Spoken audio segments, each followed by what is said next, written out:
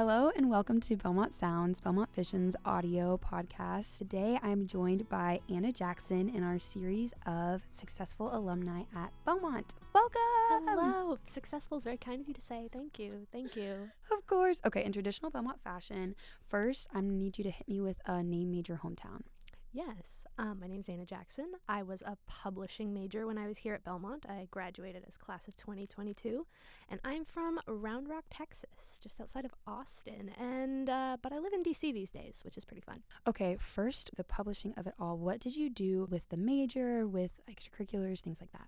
Publishing took me a while to get to. I did not come to Belmont as a publishing major. I came as audio-video production, and that didn't work out for me. Publishing interests me, though, because I like books, and the publishing major here has an editorial track, and I saw myself working in the editorial world, so I went for that. The thing I was most closely involved with while I was here was the Belmont Vision, of course. I was editor-in-chief while I was here, and working with those folks inspired me to add a journalism minor to my degree path, so I added that, did some reporting while I was here, did a lot of editing and copy editing, which I fell into quite naturally, I feel. You said that you were the editor at the Belmont Vision. How'd you start at the Belmont Vision and how'd you get up to there?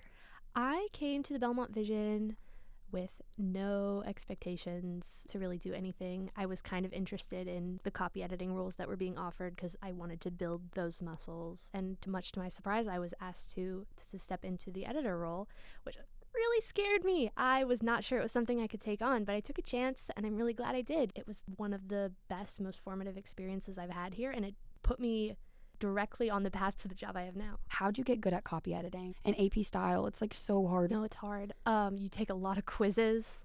You gotta. It comes down to just being good at remembering stuff.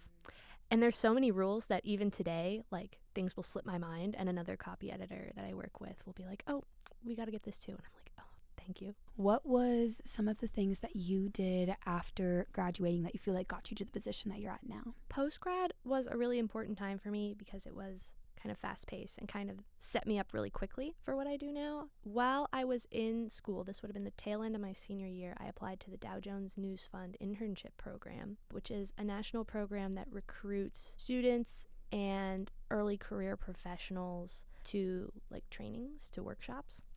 They have a multi-platform editing, basically a copy editing residency that really interested me because that's kind of where I saw myself in the media world. That program placed me in an internship at the Houston Chronicle, so I did copy editing, wrote display copy, headlines, and stuff like that for the Houston Chronicle. While I was doing that, I was applying to big kid jobs. I was very fortunate to hear back from Pew Research Center. They had an editorial assistant position open, an entry-level position that I thought suited my skills and what I wanted to do, and I, lucky duck, got that job. So going into that, what is your role at Pew Research and what is your favorite part of working there?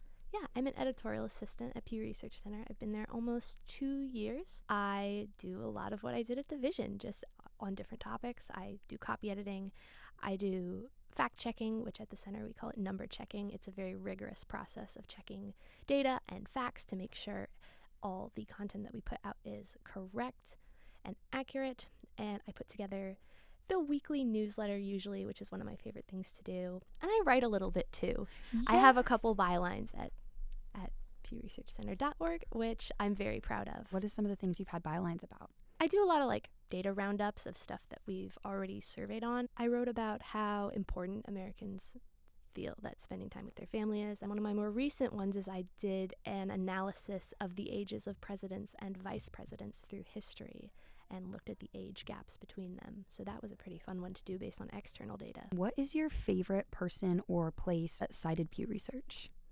Ooh, it's always exciting when we get media clips from members of Congress. We get cited by folks on both sides of the aisle, which is really great to see. We're a nonpartisan organization. I also really like when we get cited on Last Week Tonight. That's really fun.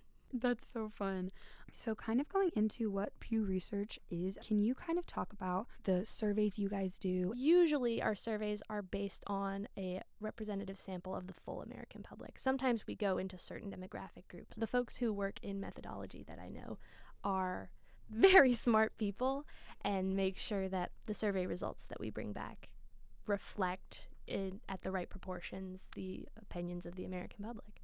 When we get our survey results back, it's as raw numbers. We basically look at those numbers and pick out findings that are striking, pick out findings that tell a story about a certain issue. So cool to like work in like Pew Research. Like we quote that all the time in like papers and everything. Like that's so cool. Yeah, it was cool to apply and be like, hi, I know who you are. Yeah. Oh my goodness. What's it like being on the other side of that? Well, I know all the people now who write the stuff that we used to cite in college. That's so cool. They're really smart. They're really nice people to work with. Do you have any like parting words of wisdom? I mean, Belmont is a great place to mess up and just suck at stuff. That's what I did while I was here. I tried a bunch of things, sucked at them, got better at them, but you have to suck at them first. Thank you so much. Of course. Thank you for joining. Thank you, Maya. I'm so glad to have been in town for this. Yes, I'm so glad you were in town too. Thank you for listening to Belmont Sounds. I'm Maya Burney, and I will see you next time with another alum.